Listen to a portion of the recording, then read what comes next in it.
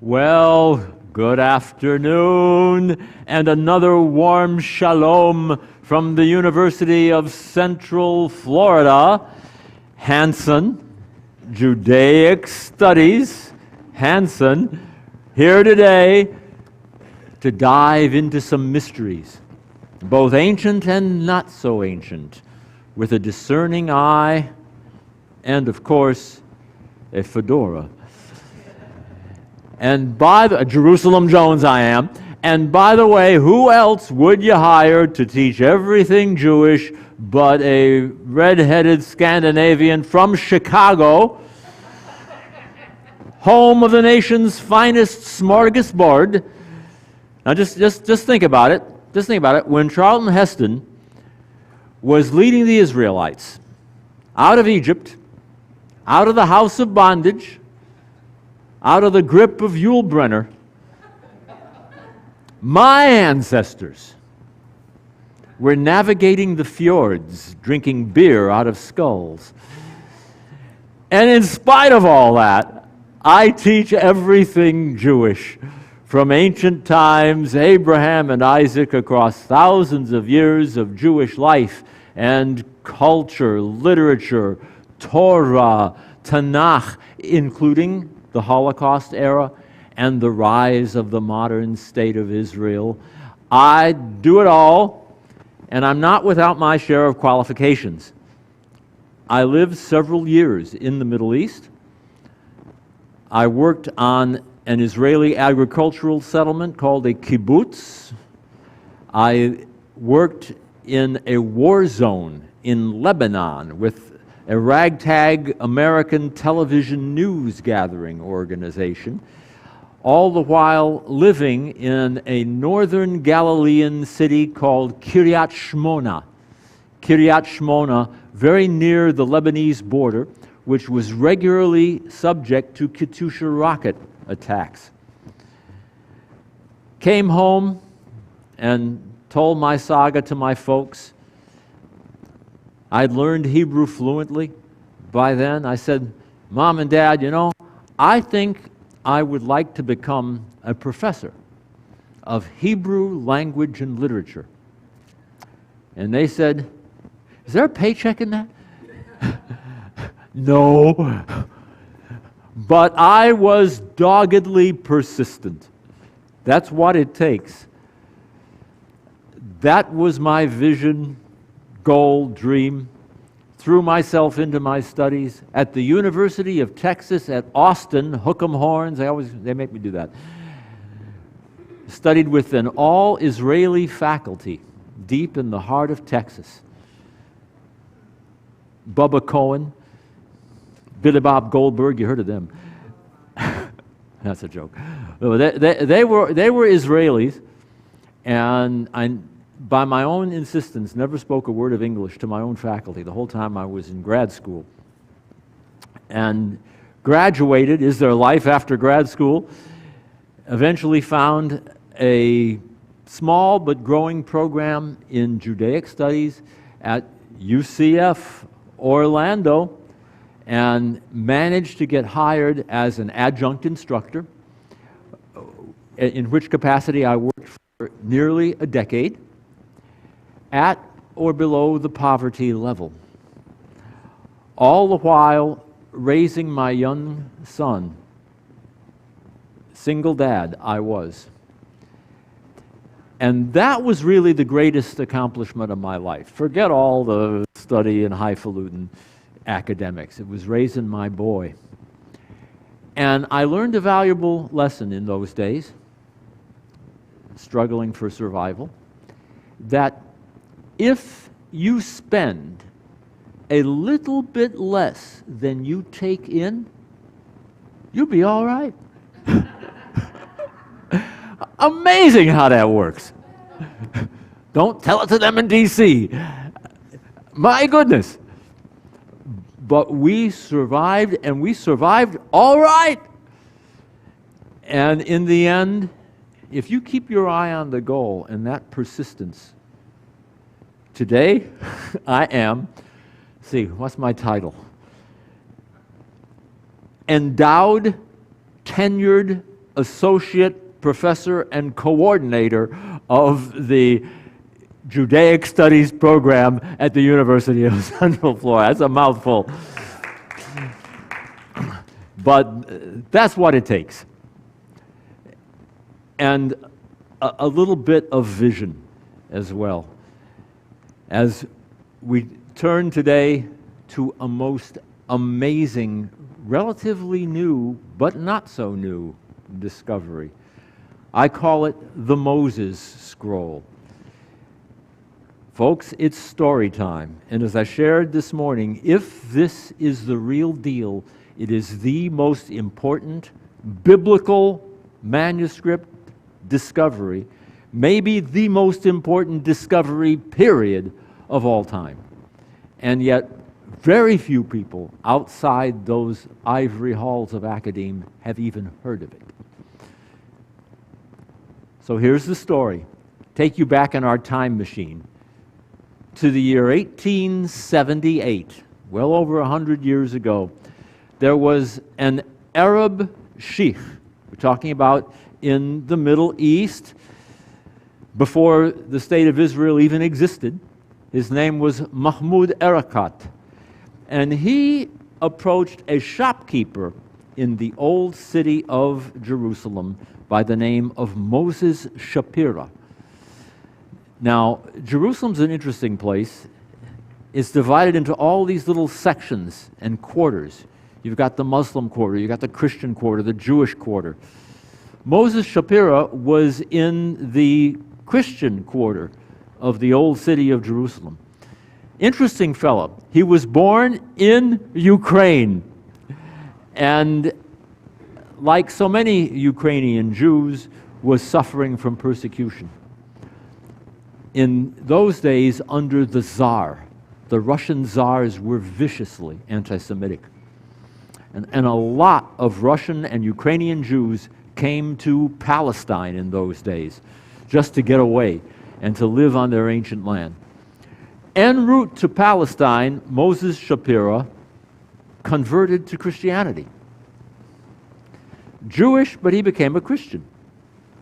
The Ottomans in those days controlled Palestine. The Ottoman Empire, Muslim, Turkish, pre-World War I. Okay, now, flashback. Flashback even before 1878.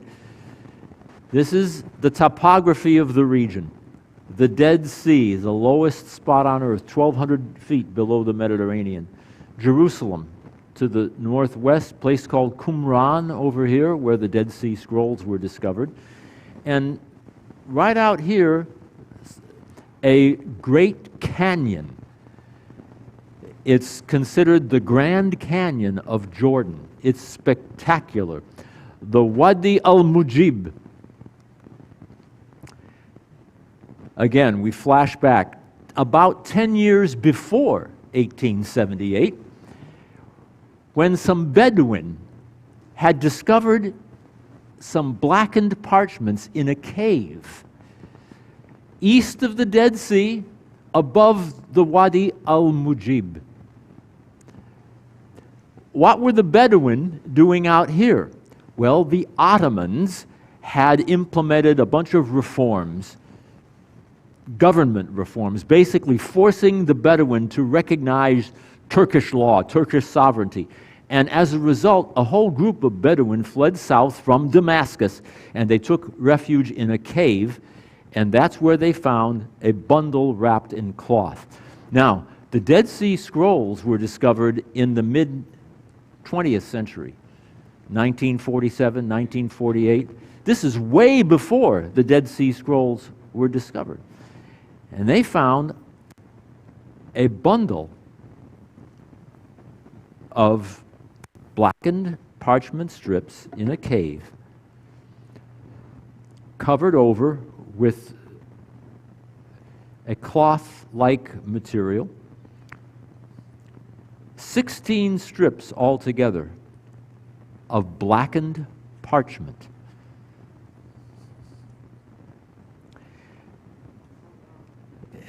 Here's a close-up of what I'm holding. These are authentic. Not. Okay, they're facsimiles, but they're very good ones. In several lots, folded up and inscribed in what we call Paleo Hebrew. Now, some of you may have seen Hebrew writing before, like in a synagogue or something like that.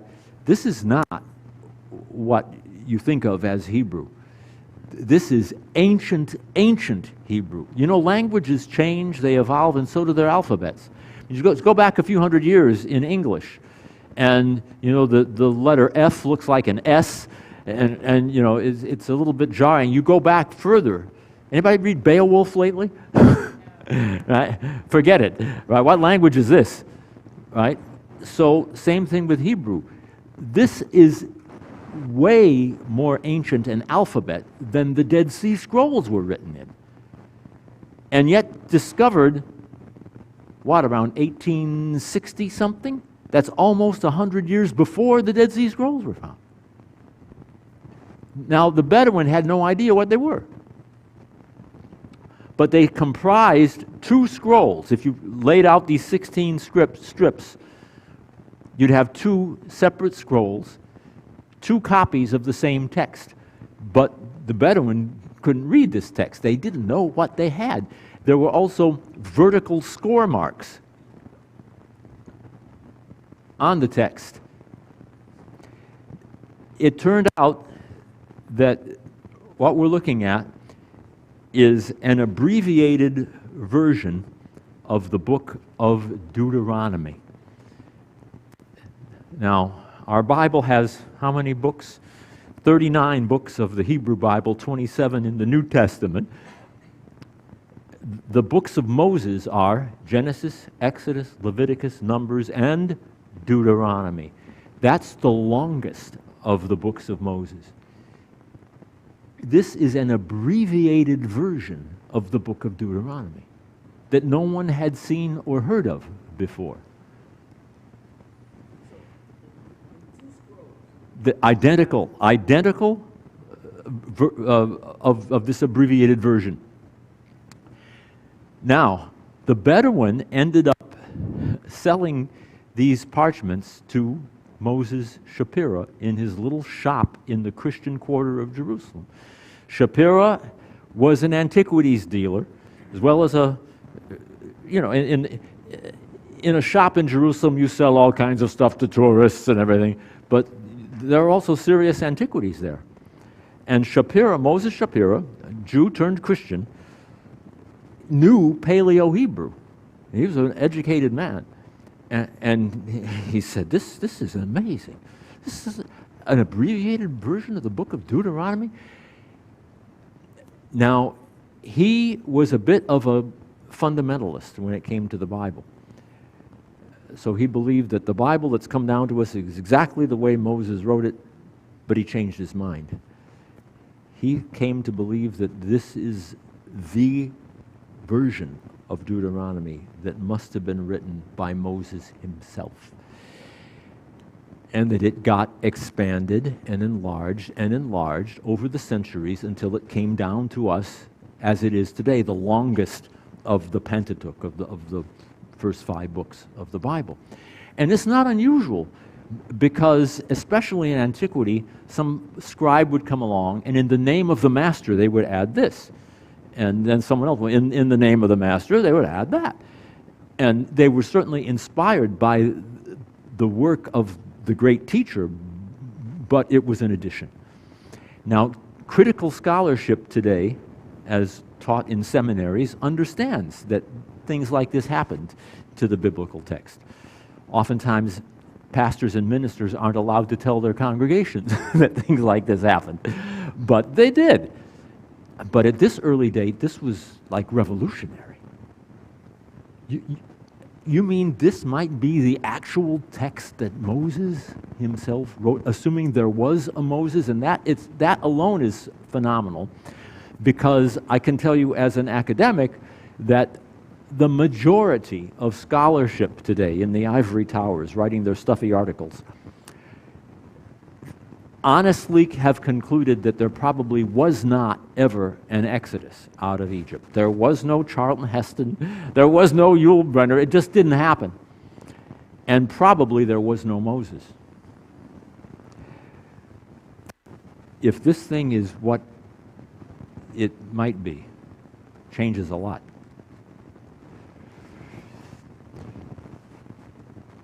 Moses Shapiro was blown away.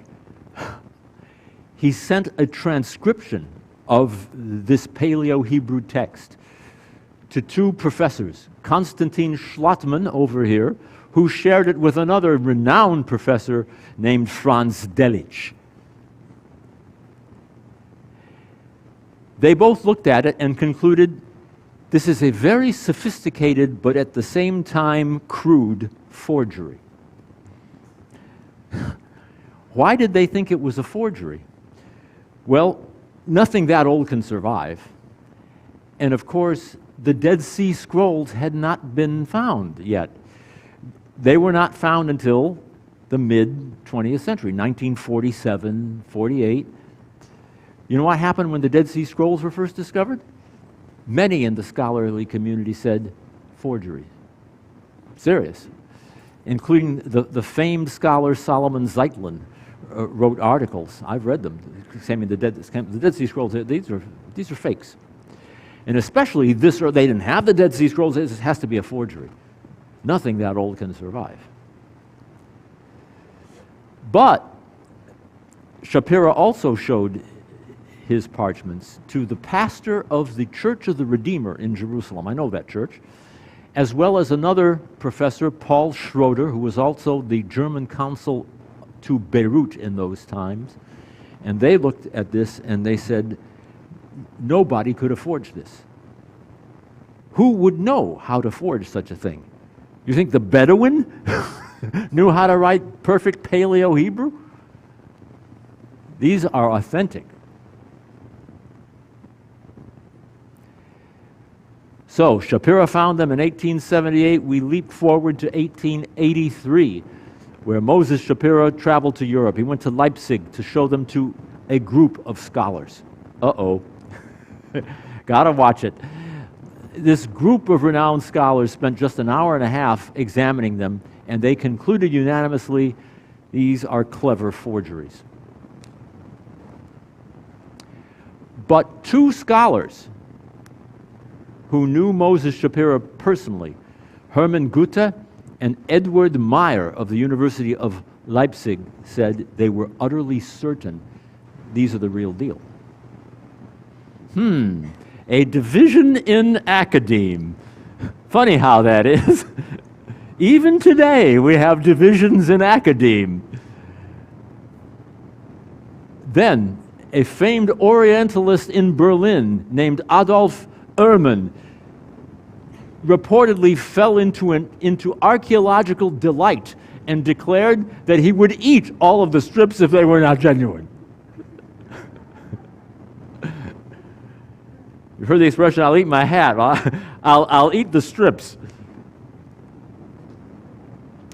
And then this gentleman, who looks remarkably like Mark Twain, Karl Lepsius in Berlin, head of the Royal Library at Berlin, got a group of scholars together, and they rejected them, rejected their authenticity, and yet, oddly enough, offered to buy them from Moses Shapiro. The plot thickens.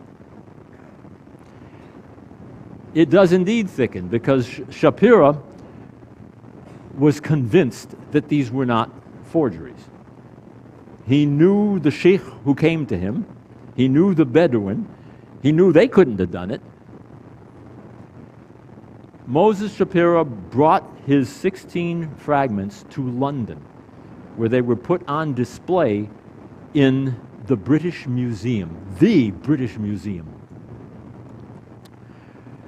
Two of them in particular were put on public display, and they caused a sensation.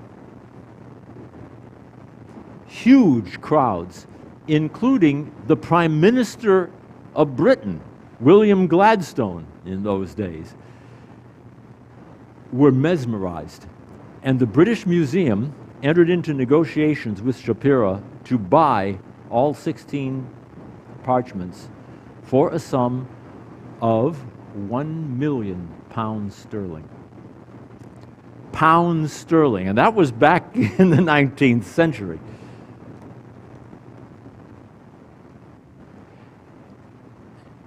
But the sale would be contingent on their validation by British biblical scholar Christian David Ginsburg. We need independent authentication. Famed biblical scholar Christian David Ginsburg, if you can authenticate these, we will buy them. £1 million sterling on the table. And in the meantime, we have transcriptions made by hand of all the 16 fragments. And actually, that's what I'm dealing with here. Not photocopies of the original. This is the 1800s, mind you. So several individuals independently, by hand, copied the entire contents of these scrolls. And you're looking at photos of the transcriptions.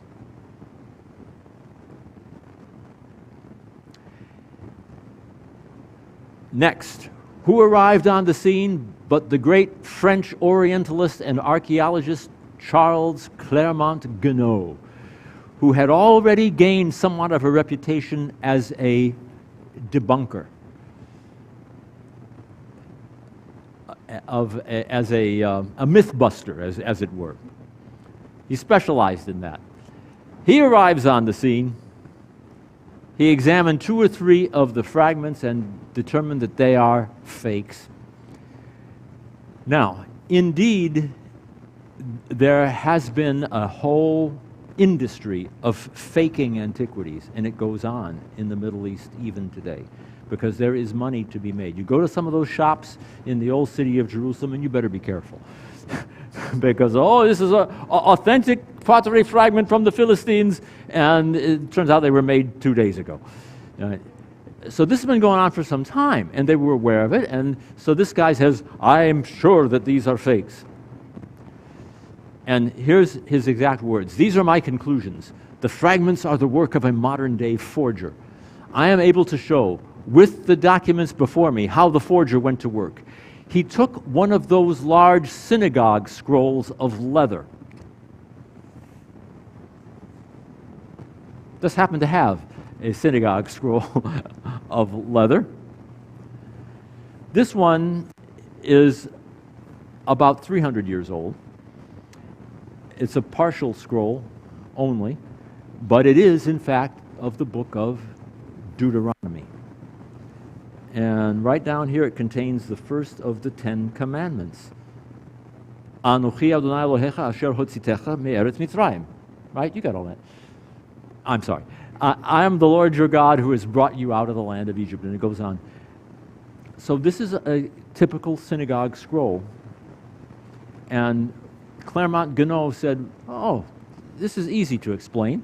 Somebody just took a section of that scroll and cut it off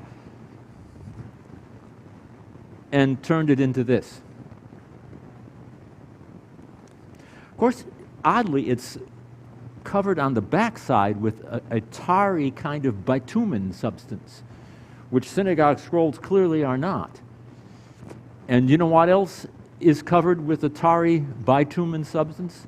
Many of the Dead Sea Scrolls, which again had not yet been discovered. Oops, I meant to go back. Oh, no, I'm going the wrong way. I wanted to read the rest of this for you. Okay. These are my conclusions. The fragments of the work of a modern-day forger. I am able to show how the forger went to work. He took one of those large synagogue scrolls containing the Pentateuch, written in square Hebrew character, obtained from existing synagogues of Judea and the Yemen.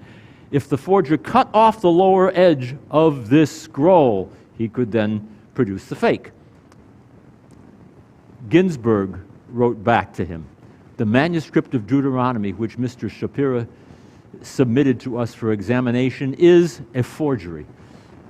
The narrow slips of leather on which it was written are cut off from the margin of synagogue scrolls. There were no less than 4 or 5 different persons engaged in the production of the forgery, a Polish, Russian, or German Jew, or one who had learned Hebrew in the north of Europe. And Shapira himself was devastated.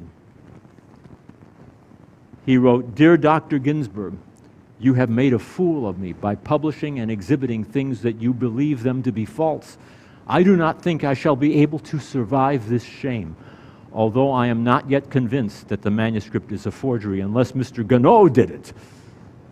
I will leave London in a day or 2 for Berlin." Indeed, he was disgraced, and he left. And the theory went around that the forger probably wasn't a Bedouin. It was probably Shapira himself, because he was the one who stood to gain £1 million sterling from this. So was Shapira a crook, a thief, and a forger? In any case, the British Museum said, deal off. The manuscripts were taken down, removed from display at the British Museum, though Shapira himself kept one of them. Shapira went to Amsterdam. He had been in London, went over here to Amsterdam. He wrote to the chief librarian of the British Museum, a fellow named Edward Augustus Bond, still back at the British Museum. And he said, let the manuscript be examined by several scholars and archaeologists of different schools and doctrines. Not just these 2 guys. Let's circulate this and get more opinions. Didn't happen. Shapira moved on to Rotterdam in 1884, rented a room at a guest house in Rotterdam, and shot himself. Committed suicide. 51 years old. I mean, this is an unbelievable story. You've got incredible discovery, sort of an Indiana Jones saga. You've got all kinds of hoopla internationally. Then you've got accusations, counter-accusations. The poor man is disgraced, takes his own life. Shapira's family is still back in Jerusalem at his shop. They're devastated, of course, and they have to sell just about everything just to pay off their creditors. His eldest daughter, named Augusta, had been engaged to Professor Schroeder's son. Schroeder was one of the professors who actually supported it. But now the engagement was broken off.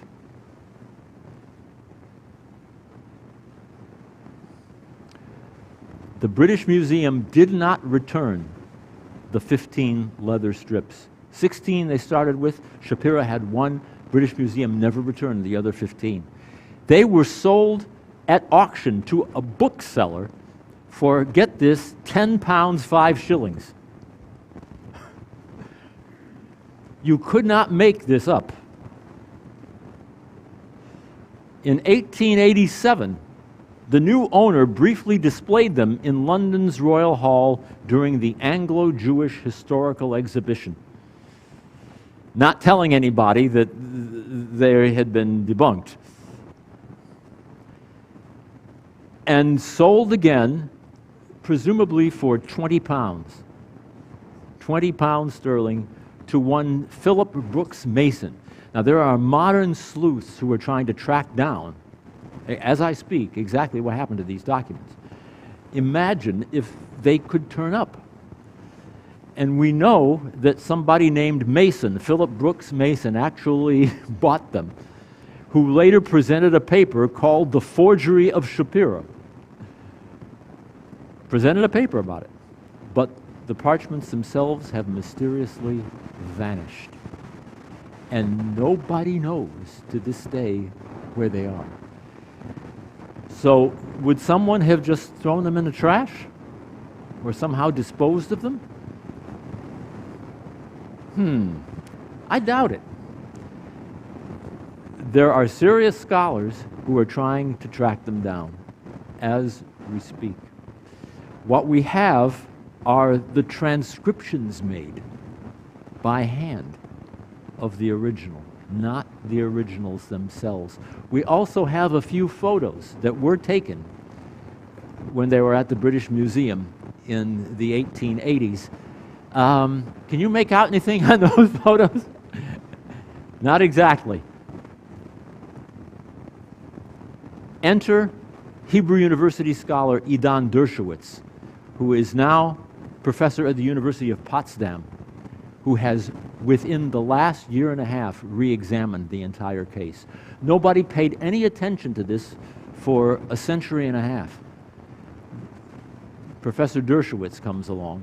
He's Jewish, American, educated at the Hebrew University.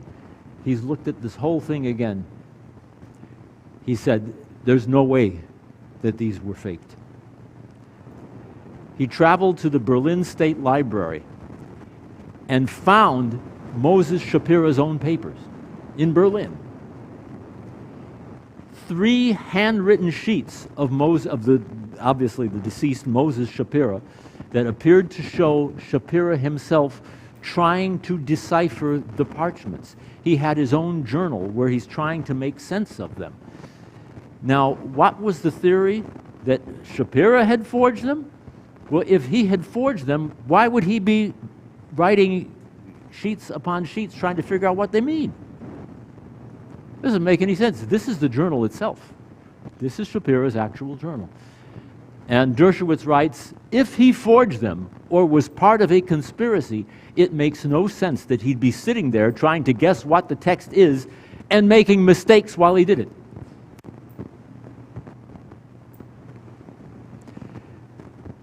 A major webinar was held June 10th, 2021 on Shapira's reassessment.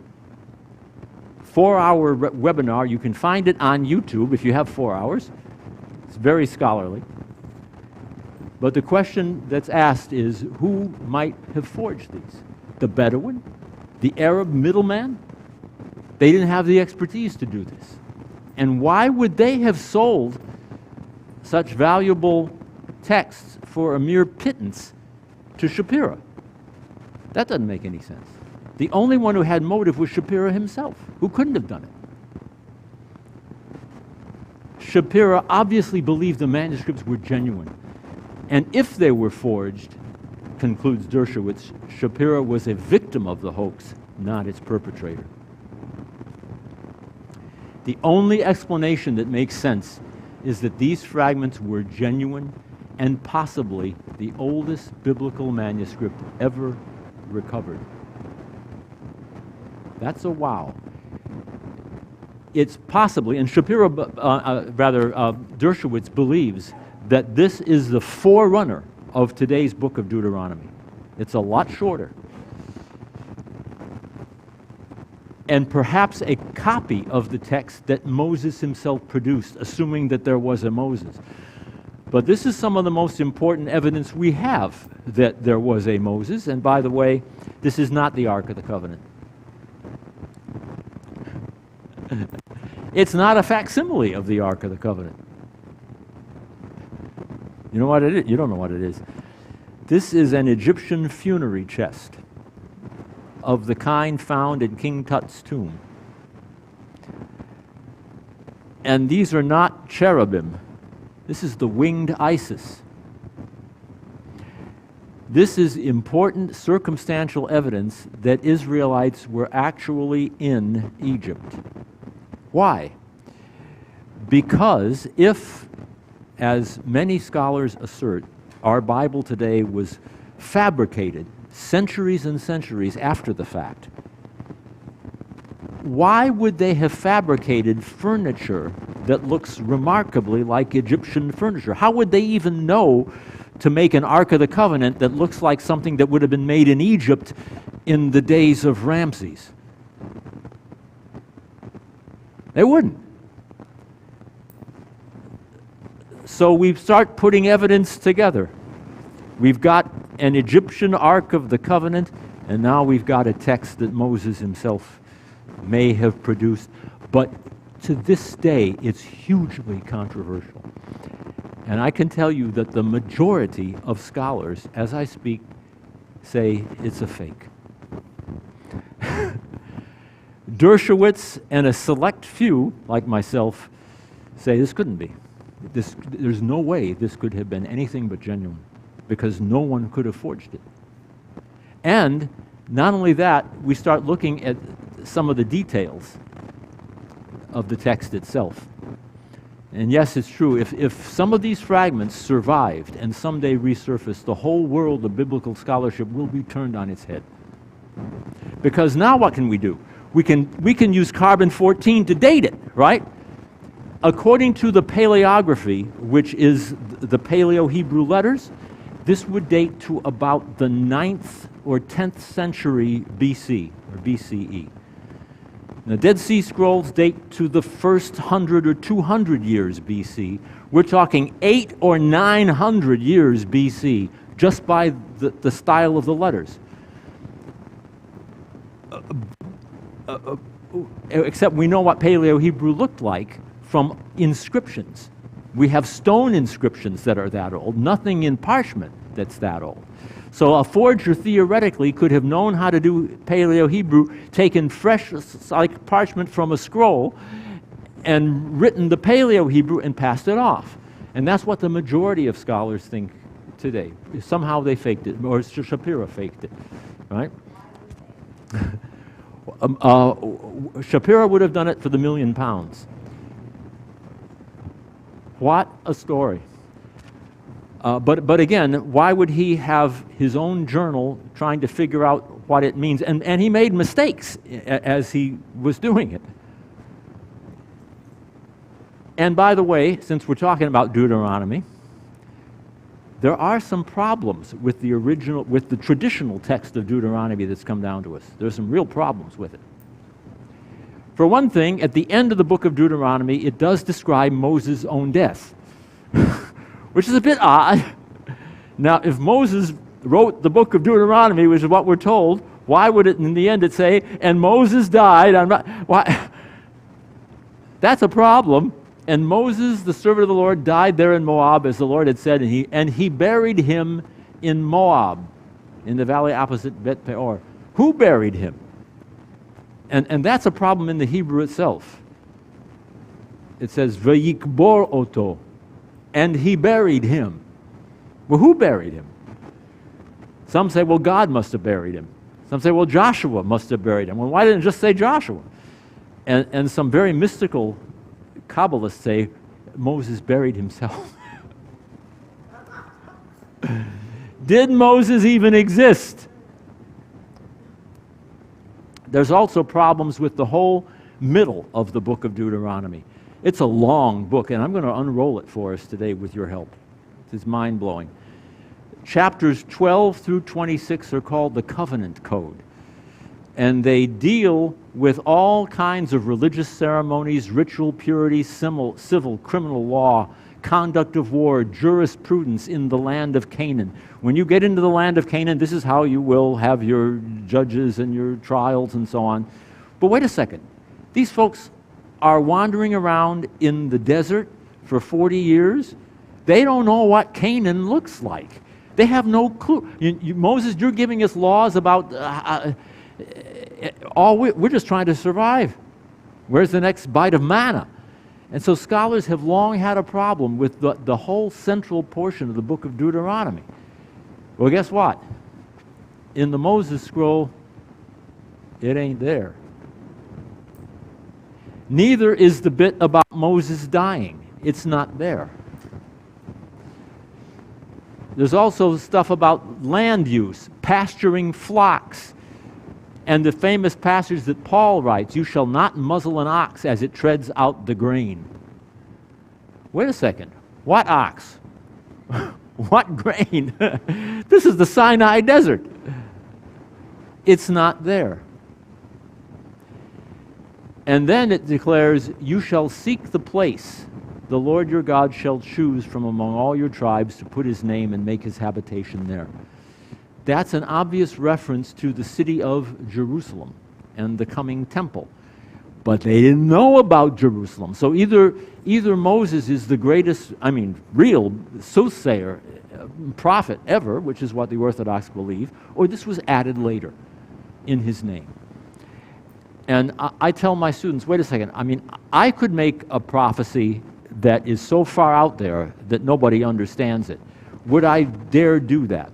Would I prophesy, and when the Americans shall come back from Mexico and rebuild the White House, well, maybe that will happen 200 years down the road, and I'll be the greatest prophet. But in the meantime, they would take me away in a straitjacket, right? And that's exactly what they would have done to Moses.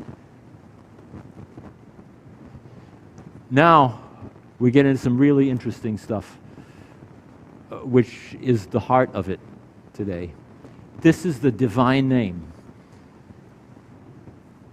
There's power in words. There's power in the name. This is God's name. This is the alphabet that we're familiar with. And actually, I'm supposed to do this. It's 4 letters in God's name. 4. They correspond to the English YHWH, except we write it the other way, right to left. So it would be like this, YHWH. And it was probably pronounced, yes, but we don't say it. This name in Judaism is so holy, so divine, so powerful, we never even utter it. And so we find substitutions. This name is all over our Bible today. Some English Bibles are even using the Yah business. It's technically correct, but you won't find it in Judaism. You find substitutions. The most common is Lord. So in your Bible, whenever you see this word Lord, that's a sexist word anyway, isn't it? Yeah? Boo, hiss. Whenever we see the same Lord, that is a substitute for these 4 letters. It's not in the original. So I give you permission, when you go home, open up your Bible and go every place you see the word Lord, cross it out. It's okay. It's just a substitute. It's this holy divine name with such power. Only the high priest was allowed to say it 1 time a year on Yom Kippur, the Day of Atonement, inside the Holy of Holies, in front of this. And if he said it wrong, he would be struck dead and they had to drag him out with a rope. So this is the ancient version.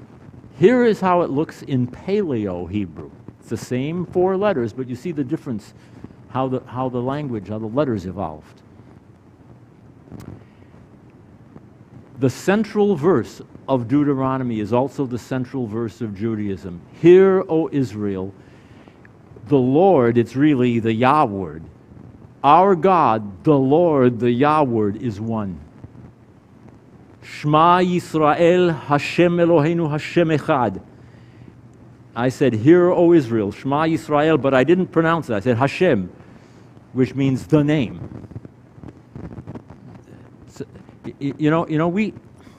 how to put this? We can get so nonchalant about words and about vocabulary, and we just throw them around. But imagine in our meditation if we really focus on the power of the name. Just think about that. Well, wait a second. In the Moses scroll, that Yah word isn't there either. Isn't that interesting? In the Moses scroll, that same verse, and actually, it's the verse that I have in my facsimile. Yeah. You see that? It starts right here. That's Shema, hear, in Paleo Hebrew. Hear, O Israel.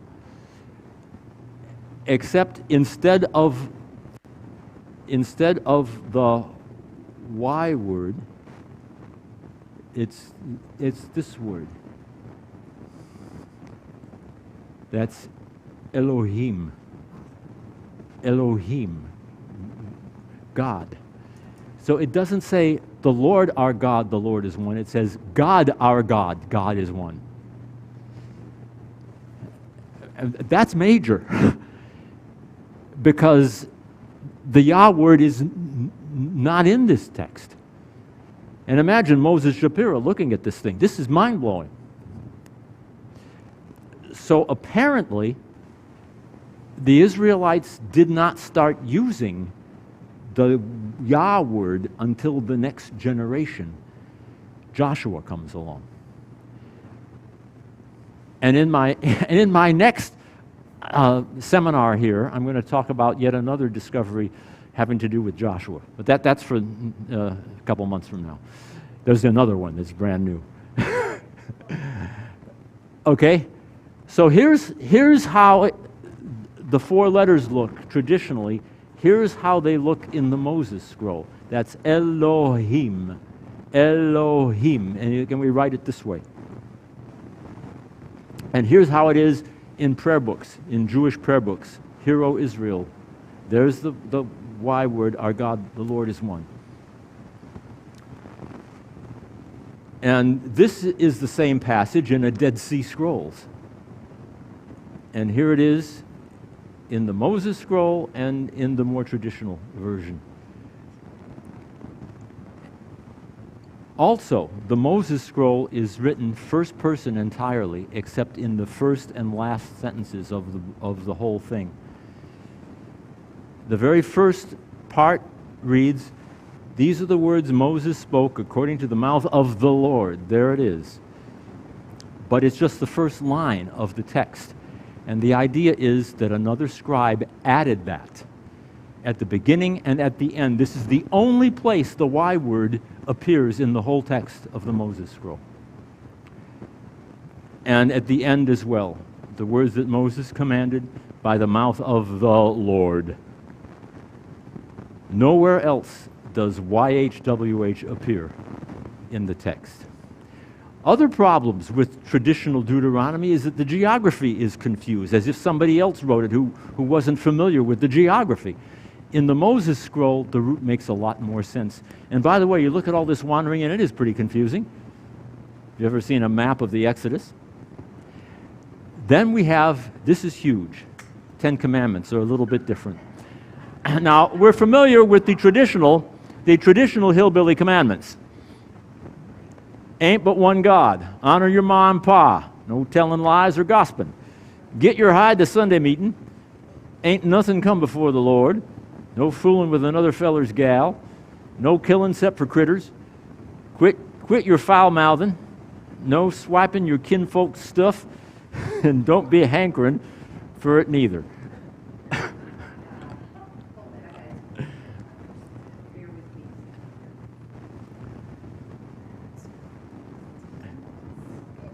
All right, but we have something a little bit different in the Moses scroll that nobody has seen before. Now this is the way it traditionally came down, and one commandment in particular says, "You shall not take the name of the Lord your God in vain." You familiar with that commandment? You shall not take the name of the Lord. Uh-oh.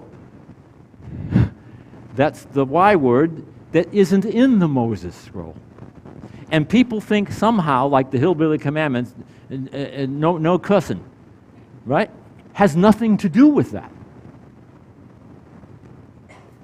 In the Moses scroll, it reads like this: "You shall not swear by my name, Elohim," not the Y word. "You shall not swear by my name in order to deceive." Now, doesn't that make a lot more sense? And isn't it a lot more meaningful and applicable and actually important? You think God cares about your cussing that much? But he doesn't want you, he doesn't want you to deceive. And that's the message we get. And this is one of the 10 Commandments, for crying out loud, that's changed. And we also have an additional commandment. It's not really an 11th commandment, because if you look carefully, in tradition, the first commandment is, I am the Lord your God. And the second commandment is, you shall have no other gods before me. But isn't that really the same thing? So if you lump these two together, you really have 9 commandments, not 10. Well, the Moses scroll does lump these two together, and then it gives us a 10th. It adds, you shall not hate your brother in your heart. How about that? And how valuable is, shouldn't that not be in the 10 commandments? Because how on earth can you love your neighbor if you haven't rooted out hate? You're to love your neighbor as yourself, but you have to root out hate. You shall not hate your brother in your heart is the 11th commandment, which is really the 10th. How important is this? Now, up until then, the only Paleo-Hebrew we had was on a stone inscription. This is the Siloam inscription of 1880. And I don't know how well you can see it back here. This is all Paleo-Hebrew, but it's in stone. Between the words, you have a dot. Can you see the dots? All right. Those little dots are also found in the Moses scroll, especially in the 10 commandments. I am dot, Elohim dot, your Elohim dot, just like in this Siloam inscription. And you know what the debunkers say even as we speak? Well, whoever forged this, probably Shapira, he copied the style of the letters from the Siloam inscription, which was uncovered in 1880. That's what they're saying. Where these dots appear, separating sentences, they're like verse markers. But wait a second, going back to this. We have a letter from Shapira himself to a fellow professor, Schlottman, where he's sharing the scroll, asking his opinion. The professor debunked it, but that letter is dated 1878. And the Siloam inscription was not uncovered until 1880. So we know conclusively Shapira did not copy the dots from the Siloam inscription. One more thing, Moses commands in the book of Deuteronomy a recitation of the blessings of the law on a mountain in Samaria. This is after they arrive into the promised land, called Mount Gerizim. I've been there, I've stood there when I was a student. It's a huge open area, and there's one mount called Gerizim. That's where, according to Deuteronomy, you recite the blessings of the law, and you recite the curses of the law across the valley on another mountain, Mount Ebal.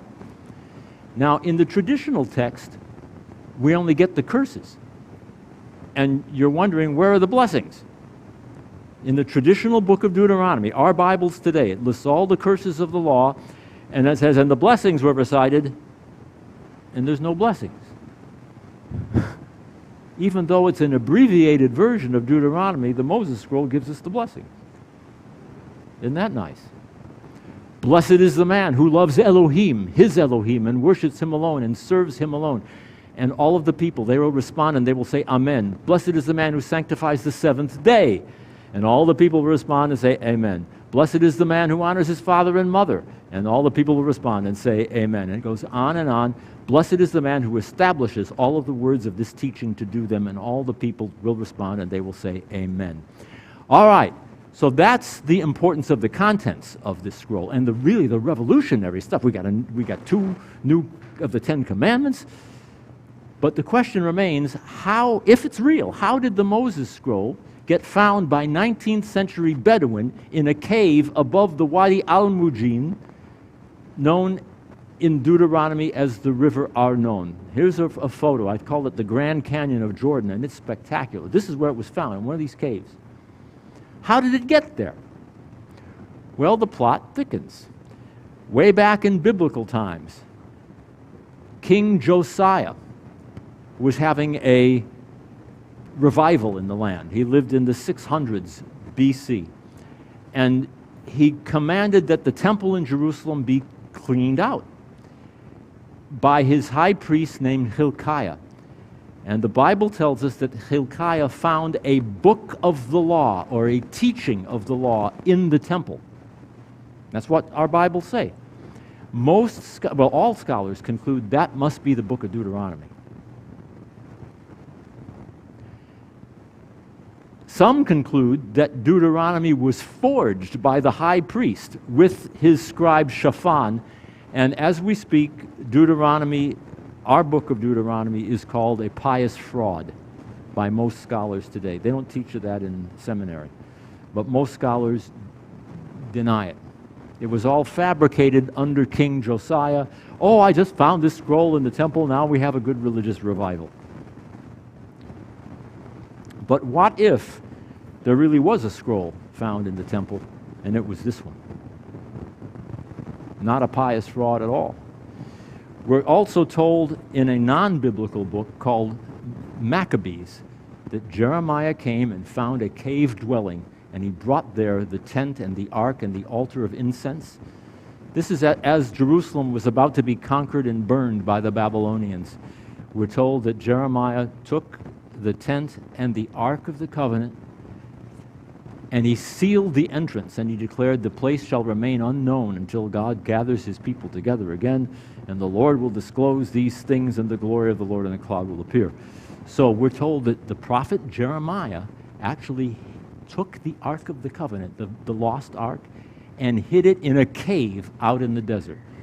Now that's not in the Bible, but it's in one of those books that never made it into our Bible, Book of Maccabees. You follow this? And so there are some scholars today who really think that that's probably what happened to the Ark of the Covenant. It was rescued from the temple at the last moment by the prophet Jeremiah. Well, wait a second. It says he took the ark and the altar and the tent.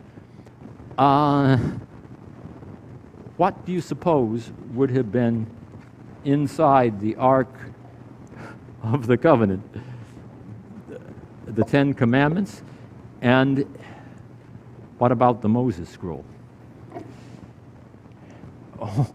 What if this story is really true and was really hidden in a cave exactly where the Bedouin found it? Now, nobody has found the Ark of the Covenant. If you come on my Israel tour, bring your metal detector, because we're going to be doing some serious hunting. But exactly where the Bedouin found it, that is where it appeared. Maybe Jeremiah buried not only the Ark, but also this scroll. And here's something interesting. The book of Jeremiah, that same prophet, the book of Jeremiah has a whole chapter, Jeremiah 31, the New Covenant chapter. For this is the covenant that I will make with the house of Israel after those days. I will put my law within them, and I will write it on their hearts. Famous passage from the book of Jeremiah. Now, what did Maccabees say that Jeremiah would do? He would hide it in a cave until the end of days, when the glory of the Lord would be revealed, when this prophecy would come true. So why would you even need a Moses scroll with all these laws and blessings and curses until the end of, well, even at the end of days, you wouldn't need it anymore, because it's all written in your heart. So the prophet Jeremiah decided that he would hide all of this in a cave in accordance with his prophecy, that there will be a new covenant, not written on stone or on text, but in your hearts. So he hid it away for safekeeping. That's a compelling theory. The Torah of Moses would no longer be required when the people returned from exile, so he buried it. So in the end, bottom line, we have just two possibilities. Either the Moses scroll was forged by somebody familiar with the arguments of critical scholarship, even before many of those arguments were even devised. and who knew what the Dead Sea Scrolls looked like many decades before they were even discovered. But somebody forged them anyway. That's one possibility. Or we're looking at an artifact, authentic and the oldest biblical text ever recovered. And we have to ask ourselves, what if? What if it's real? Mind-blowing. Let's go to Jerusalem, gang. Let's go to Jerusalem, and in the meantime, what we're going to do is we're going to unroll the traditional book of Deuteronomy with your help. So as I shared, this was discovered in an abandoned synagogue in Ukraine, sometime after the breakup of the Soviet Union. Of course, there were many Jews who were trying to get to Israel in those days, and they needed some money to do it, and they knew where one of those abandoned synagogues was, like the photo I showed you this morning. 3 million Jews living in that general region, and they got into a hidden chamber of the synagogue. Actually, I should share, a Torah scroll, like one of these, can be used only so long before it gets ragged and threadbare, which is what happened to this. You can't use it anymore. It's not kosher. What do you do with it if you're Jewish? Put it in the trash? You burn it? That would be terrible sacrilege. The Nazis did that. You can't burn it. What do? You can't. That's a sacrilege to burn it. So you deposit it in a separate room of the synagogue called a geniza. It's sealed up, and it just stays there until the Messiah comes. You can add more to it, but you keep sealing it until the Messiah comes. It's called a geniza, and synagogues, especially in Eastern Europe, have this. So that's what happened to this Torah scroll. This one was used for probably a century or so, although right now it's 200 years old. It was put in a geniza. The Nazis came, I showed you the synagogue, they destroyed synagogues all over Europe and everything in them. They burned the scrolls, all right? But they missed this one. They didn't know where the geniza was. It was sealed up. The Ukrainian Jews knew where it was. So they opened it, they brought it out, they got it to London, got it that far, where they sold it to an antiquities dealer who sold it to me. And they continued on their journey to Israel. In a geniza. I have my own. I have my own. I made a deal with Hashem, Yah. Look, it's been preserved this long. This is a sacred purpose to share it. Help me preserve it a little longer. And that's what we're doing. Now, it's damaged, which is why it was put in the geniza to begin with. And for that reason, it's oddly enough, that's exactly why I'm allowed to show it. If it were perfect, it would have to reside in a synagogue only. But this is damaged. So as long as I take proper reverent care of it, I'm allowed to unroll it even and ask you to help. Yes? Yep. No, these are still made, still produced to this day. Especially in upstate New York, you have scribes whose entire career is involved with making scrolls. That's all they do. And they also write little parchment strips containing Shema Yisrael, Adonai Eloheinu Adonai Echad, Hear, O Israel, the Lord our God, the Lord is one. And those little strips must be handwritten. They're put in a elongated box, and that is put on the doorpost of your house. And it's angled. And on every Jewish house, you have this little box on the side called a mezuzah. And that's the parchment in there with that divine name, handwritten. And scribes spend their whole life doing this. So they're still produced today. They take about 3 years from beginning to end to produce one. That's what I was just going to ask. They're allowed to make mistakes. Each section is called a klaf, and it's made from the skin of kosher animals that are taken and cut. They're soaked in a lime solution for 18 days, and then removed any fat or hair or anything, whatever, and come out rather bright looking. And then they're sewn together, and each klaf is a certain length. You'll see it. If the scribe discovers a mistake on any of those sections, what does he do? He slaps himself and says, "Oy vey," and then he takes a little stylus of cut diamonds, actually, and scrapes off the error, and he writes in the appropriate letter. What if he makes a second mistake on the same klaf? He can correct that too. What if he makes a third mistake on the same klaf? You gotta go. And you start all over again. In the beginning, God created the heavens and the earth. And consequently, the rules are so strict and so tight that letter for letter, the text of the books of Moses, that we've been talking about, has been unchanged for the last 2,000 years.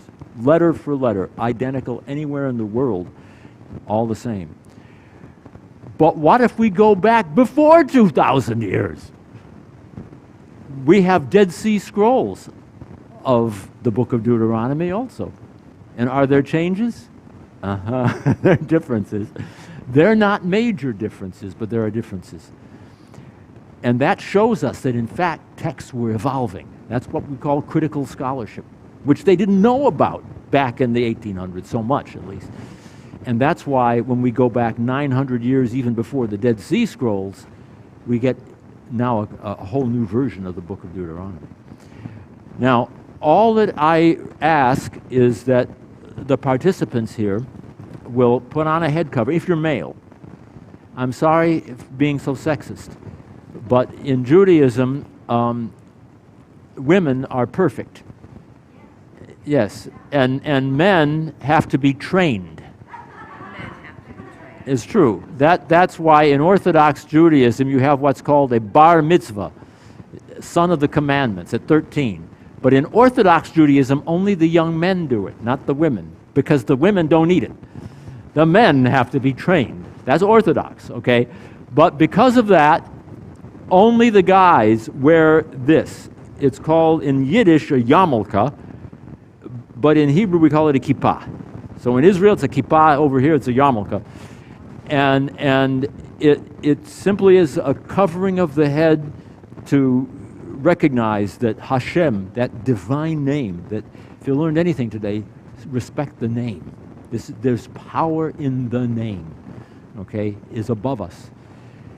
And we link to that name, okay? But the women, you already have a link. You already have a link.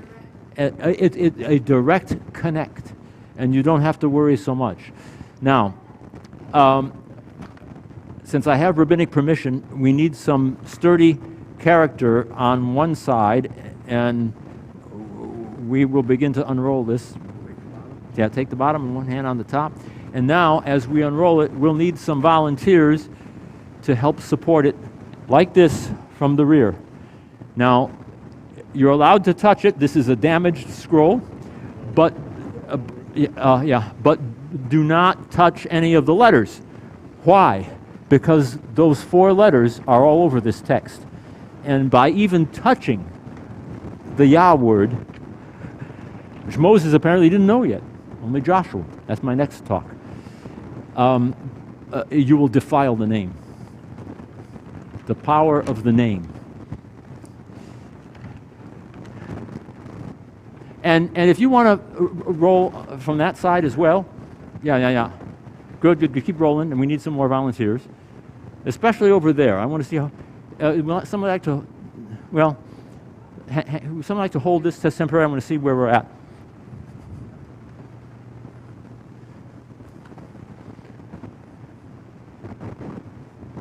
No, we got to keep going. Okay, yes, keep going. We need more volunteers. All right, now, come on.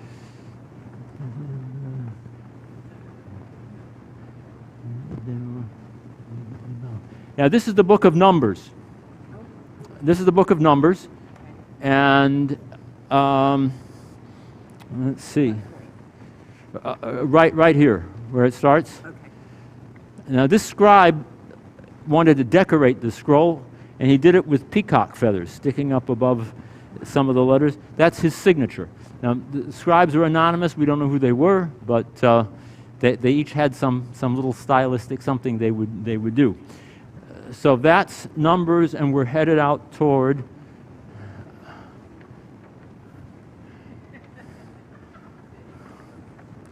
Come on, where's Deuteronomy? Let's get to Deuteronomy. No, we go this way. Yeah, we go from right to left. Bamidbar, that's... let's keep going.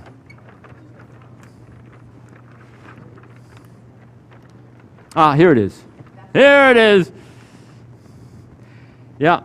Ele hadvarim asher diber Moshe el bnei Israel, el kol Israel. These are the words that Moses spoke to all of Israel. That's how the book of Deuteronomy begins. So the Moses scroll actually starts here, but it's an abbreviated version of this. And we go just a bit into it, and here we have Deuteronomy 6:4. Shema Yisrael, hear O Israel, Adonai. That's the one we use for Lord, right? Which isn't really the name. Eloheinu Adonai Echad, the Lord our God, the Lord is one. And the last letter of that first word, here, is an ayin in Hebrew. And the last letter of the last word, Echad, one, here, one, is a dalet in Hebrew. So you have an ayin and a dalet, and you put them together, and you get a new word in Hebrew, ed, which means witness or testimony, because this is the central testimony of the Jewish faith. But the Moses scroll changes it. It's not Lord anymore. It's Elohim. Elohim is Genesis, Exodus, Leviticus, Numbers. Yeah, Genesis is over there. Genesis, Exodus, Leviticus, Numbers, Deuteronomy. And the Ten Commandments, by the way, are repeated over here. You know, lo tilsach, you shall not murder. Lo tinaf, you shall not commit adultery. Lo tignov, you shall not steal. And what does the Moses scroll add to it? Most important, if we learn anything today, you shall not hate your brother in your heart. Yeah. How can you love your neighbor as long as you have hate in your heart? So we've got a new 11th commandment, which is really the 10th. And that's what I had to share with you today. All of this to tell you that. It's really the 10th because, as I shared before, this is a little complicated. The first two really are one, because the first commandment is supposed to be, I am the Lord your God who brought you out of Egypt, and the second commandment is, you shall have no other gods before you. But that's really one, and the Moses scroll treats them as one, and then adds this other, the 11th, which is really the 10th, and maybe the most important of all. You shall not hate your brother in your heart. Yeah? Isn't that cool? I guess we won't be able to get it all the way open to Genesis. You want? Someone is stronger than me. Thank you.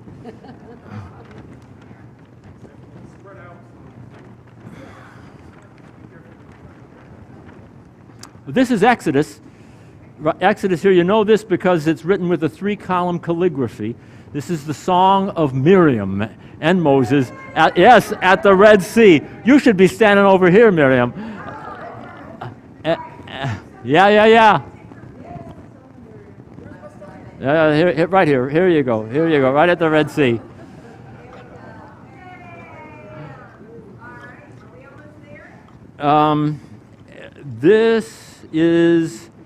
Here's the book of Yeah, this book of Exodus begins right here, and now we're in Genesis.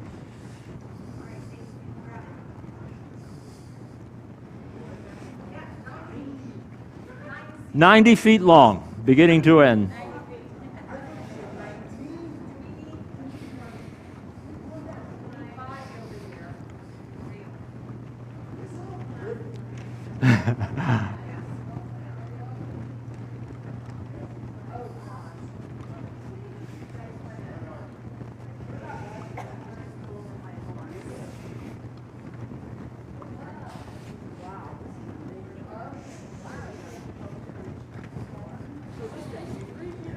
Three years.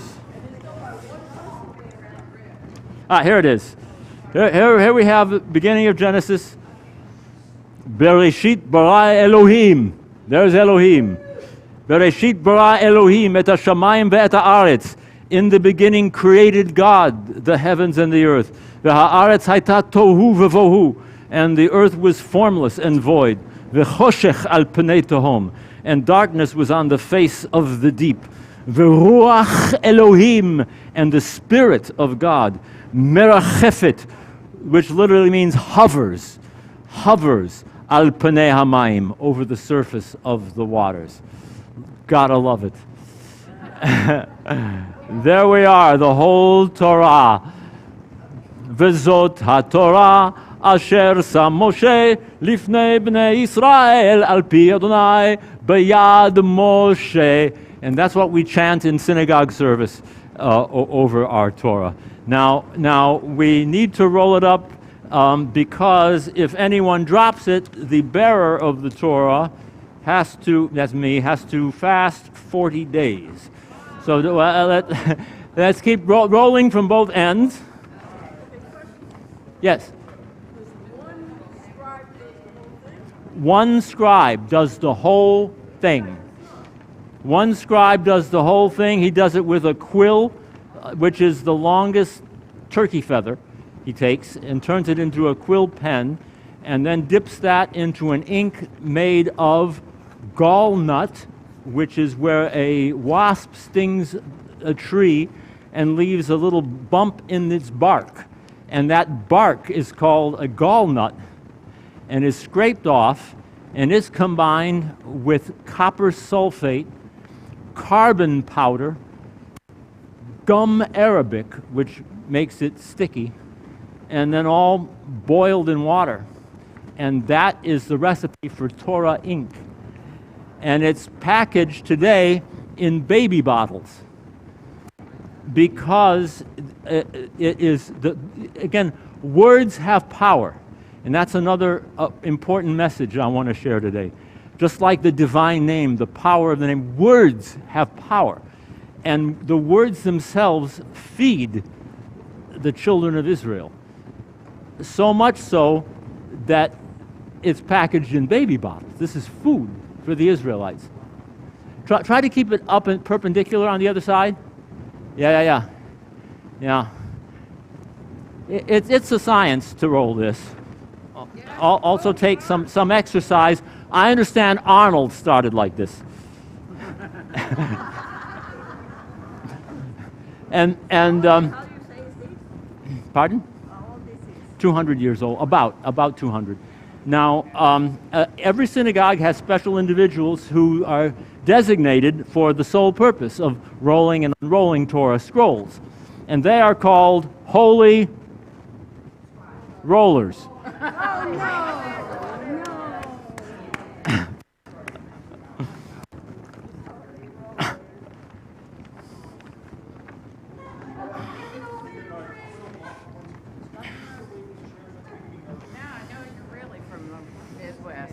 That's right. It is a workout. Not hate your brother in your heart. Lo tisna et achicha bilavavcha is how it reads in the Moses scroll.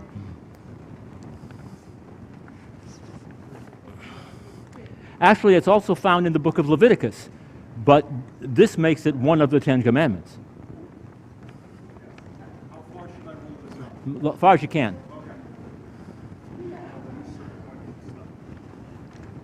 There's a hole right here where the rabbi spilt his wine, and that's one of the main reasons it got into the Geniza.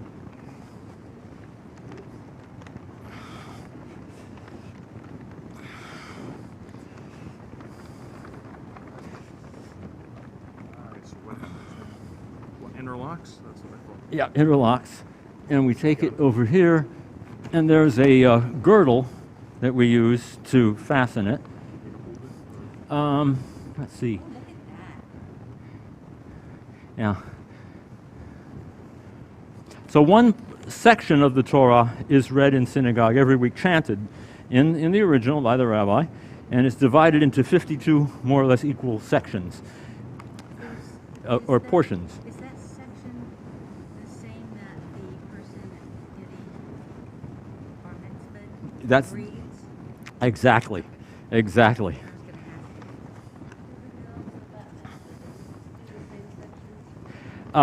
Yeah, so again, Orthodox don't have bat mitzvah, but in conservative do as well, and it would be the same portion exactly that the girl reads when she's 13. Now we have a cover for the Torah. Did that come with it? Or? No, this obviously new and made specially for it. Also the wooden, it's called the Etz Chaim, the tree of life. The wooden rollers, I had to have added separately because all I got was the scroll itself. Yeah. Okay, and again, my next seminar will be on the Joshua tablets. We got that's even newer than this. Yeah. And it's also just as astonishing as the Dead Sea Scrolls and just as astonishing as this, although in size, it's about like that. And aside from the Dead Sea Scrolls, this is just found in the last couple of years as well. It would be the most, tied with the Moses Scrolls, the most important biblical artifact ever discovered, but I'm not telling you why. Can we guess? You can guess, you'll be wrong. Go ahead, guess. Oh, wait, no, You can guess. And if you're right, I'll tell you. well, now you got me scared. What does it say? But- Because it's direct quotes from Jesus. No.